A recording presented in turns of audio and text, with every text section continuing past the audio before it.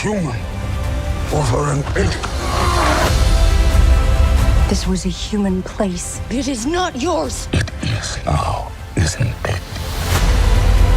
The elders did not tell us everything about this world. Nor bend for your king. Never.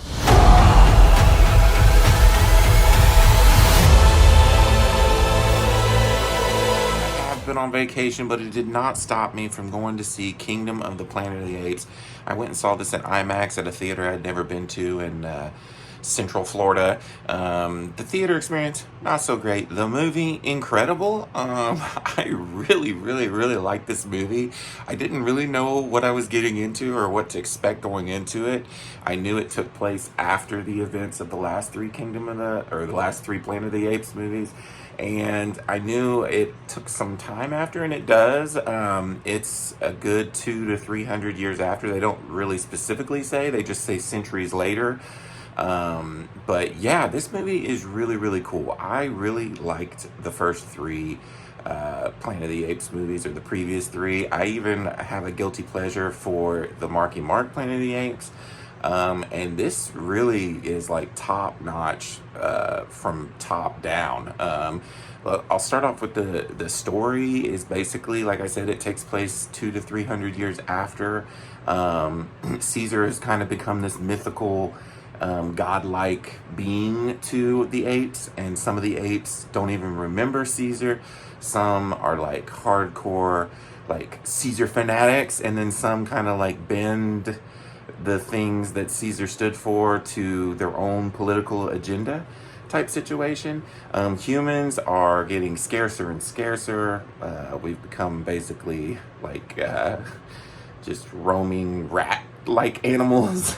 And yeah, so that's kind of your startup. We follow Noah, who is part of this Eagle clan, and it was really cool seeing how the different clans of apes have kind of got their own thing. The Eagle clan kind of like bonds with the eagles and trains eagles and uses eagles in everyday life. And Noah is the son of the chief, and some things happen, and that's kind of all I'm going to get into, because I didn't really know the story going in, and it was kind of its twists and turns will, if you go in not knowing a whole lot, will probably affect you more. Noah is great, and I do think that some people will complain maybe about the pacing of this film, but I think it's purposely slow.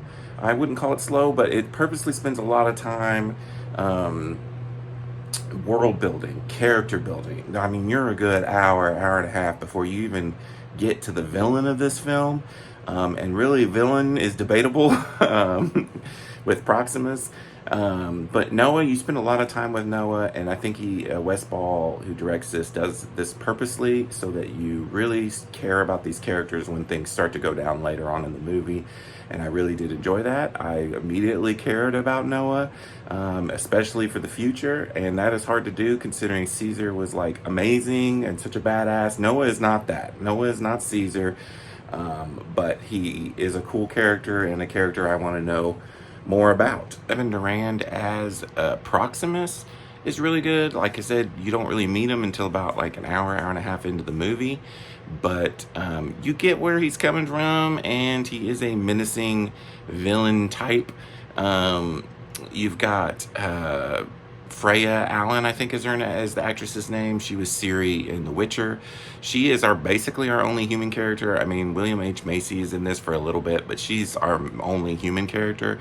There's a lot of mystery around her and what's going on with her, and they kind of lead things towards the end about her. But she's fine in the movie. This is starting to become kind of like the Transformers movies, where I don't really care that much about the humans. I mean, they're there, and there's stuff going on with them, but mainly more interested in the ape characters, which I think is good. That's what it's supposed to be. This is supposed to be get us to care about the apes, not the humans, really.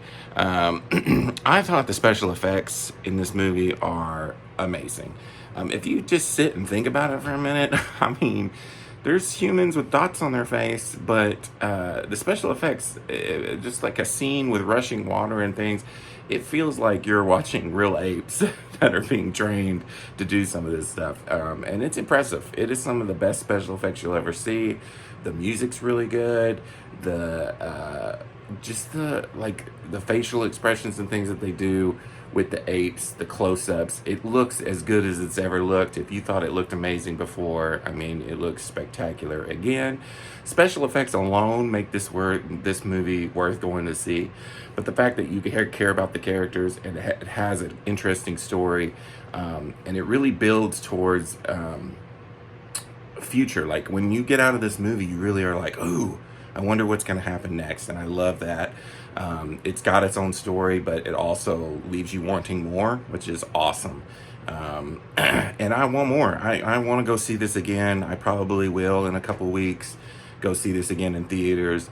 And it's one of my favorite movies of the year, hands down. If it's going to be negatives, yes, it's a little slow. For me, that's not a negative. There are some things that if you sit and think about it, you're like, that doesn't quite make sense, or how is that possible? I don't want to get into spoilers, but there's some things that you're like, okay, how is that working 300 years later type situations. But really, for me, I love this movie, and I'm going to give Kingdom of the Planet of the Apes a 4.5 out of 5. Compared to the other two, I mean, it's in the mix of those other 4 movies. It's definitely better than the Marky Mark reboot Planet of the Apes. And I think this is probably better than War for me.